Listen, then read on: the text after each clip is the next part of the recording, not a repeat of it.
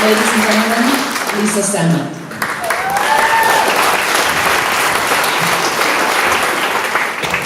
17 magazine quiz. Question number 1. You know that your friend's crush isn't interested in her, but she flirts like a maniac when she's around him. When she says she's planning on asking the guy out, you A, truthfully explain to her that you know her crush isn't interested in her. B, hint to her, not to get her hopes up because things don't always work out in life. C, decide not to hurt her feelings and say nothing. C, tell her she's a fool. As I sat in the dentist's office waiting room, pathetically losing myself in 17 magazines' What Kind of Friend Are You quiz, I contemplated the question for a moment. Granted, I was at least 30 years older than the magazine's key demographic, but it was the only magazine on the table. From my perspective, the answer was either black or white. There's always a choice to be made. Either say absolutely nothing or tell the absolute truth. So question 1 was easy. If it were me, I would tell my friend the absolute truth. I would tell her point blank that her crush was not interested in her. I'd tell her the absolute truth with no fear of consequence, because that is what good, open, honest friends are supposed to do. Well, 17 magazine did not appreciate my honesty. They labeled me a fair-weather, judgmental friend. I would soon come to realize that friendships and relationships aren't black and white. They're a very complicated gray. And you don't always make choices that you think you would make. I also learned that 17 magazine is no expert on friendship. So I'll no longer rely on a teen magazine for life advice. Let me tell you why. It all began when Jen and I met at work and something instantly clicked. We laughed at the same jokes and despised the same coworkers. We were stuck in suburban employment hell and it was a match made in heaven. We confided in each other and became inseparable. Our friendship continued to grow despite the fact that I left the firm and she stayed on. We continued to meet for lunch at a pub we called Our Place. Our lunches gradually progressed from sandwich and salads to wine and salad, to just salad for me and just wine for her. When I'd walk in, she was usually already finishing a glass and reordering. Granted, I don't remember noticing any of this at the time, but somehow I think I must have. Somehow, I know I must have. Sometimes she'd say she wasn't hungry and was drinking her lunch. I thought that line was hysterical and marveled how she could return to work and function after a couple of glasses of wine. We'd spend our lunches gossiping, telling stories about old co-workers, and I remember that feeling you get from just hanging out and laughing with a really good friend. I missed her. I didn't feel that same connection with anyone at my new office. I never wanted the lunches at Our Place to end. I remember the day that I first began to notice that something was different. It had been a while since I'd seen her. There was no other way to describe it, but she looked comfortable, but not in a good way. She looked as though she'd been there for a while. Her face was puffy. She was noticeably slurring her words. For the first time ever, our conversation seemed forced. She began name-dropping new friends she was hanging out with, and I knew none of them. I felt this longing need to hang on to the friendship exactly like it was before. I was worried about her. I was worried about us. Nothing had really changed, but everything had. There was a choice I had to make that day. Say absolutely nothing to her, or tell the absolute truth. I said absolutely nothing. Not long after that, I ran into a mutual friend who had seen Jen sitting alone having a drink at Our Place the week before.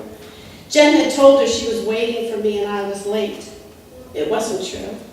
But without skipping a beat, I did what BFFs of blossoming alcoholics do. I lied for her. It was the first of many lies I told. That night, I was sure I was going to call her and confront her. There was a choice I had to make that night. Say absolutely nothing or tell the absolute truth. I said absolutely nothing. These episodes continued for much longer than I'd like to admit, and still I hung on. And each time, like clockwork, I made the choice. I said absolutely nothing. My breaking point came one night when her worried husband called me to check on her. She hadn't been there, but I said she just left. I was now her alibi, and it was quite a responsibility. Like the perfect friend I thought I was, I picked her up with a coffee in hand and drove her home as she blathered on that the reason she was tipsy was because she didn't eat dinner and it went right to her head. I know what you're thinking. I was now officially her accomplice. I was Thelma to her Louise. I felt sick to my stomach that I was caught up in her downward spiral and hadn't done anything to help her. Still, as I drove her home, there was a choice I had to make. Say absolutely nothing or tell her the absolute truth. I said absolutely nothing. I spent the next sleepless night anxiously tossing and turning as I slowly but surely came to the realization that I had let my selfish fear of losing her take over. So the next day, now perfectly calm and resigned to say what I had come there to say, I walked into our place, and I finally told my friend the absolute truth. Even though I practiced it beforehand, what I said was pretty cliche. You need help. I had to lie for you.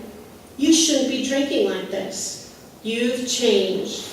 I don't even know your friends anymore. I don't know you. And finally, I'm telling you the truth because I'm your best friend. If I don't tell you, no one will. Well, I'll never forget her reaction. I saw an expression on her face that I hadn't seen before. If it was sadness or guilt or even remorse, I would have recognized it. It wasn't. It still sent shivers down my spine.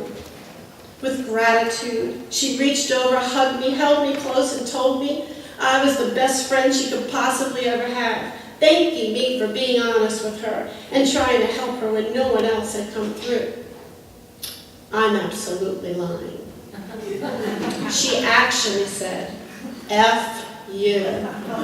Not a sweet, short, toned-down, PG-rated F you like I'm telling you, but rather a long, drawn-out, multi-syllable major F you. Then she put money down on the bar and she stumbled out of my life. To this day, she's never answered a text or phone call from me again. The upside is that in her hasty exit from my life, she forgot to unfriend me. So I sometimes still get to stalk her on Facebook. It looks like her marriage broke up. She isn't working at the same place we used to work, and I don't recognize the soul in any of her pictures. I don't recognize her. She must have a long story to tell, whoever she's telling it to, but she's no longer telling me. I want you to know that I miss her terribly. But I regret nothing. I don't agree with 17 magazine. My telling her does not make me a fair-weather, judgmental friend. In the end, there was a choice I had to make. Say absolutely nothing or tell the absolute truth. I finally made the right choice. I told the absolute truth. I had to be brave enough to be the friend I needed to be, and she had to ultimately be braver. I still have faith one day she will be. 17 magazine quiz. Question number 2. In your opinion, good friends, A, are true treasures, B, come and go, C, are hard to find, D, are hard to keep. My answer, all of the above. Thank you.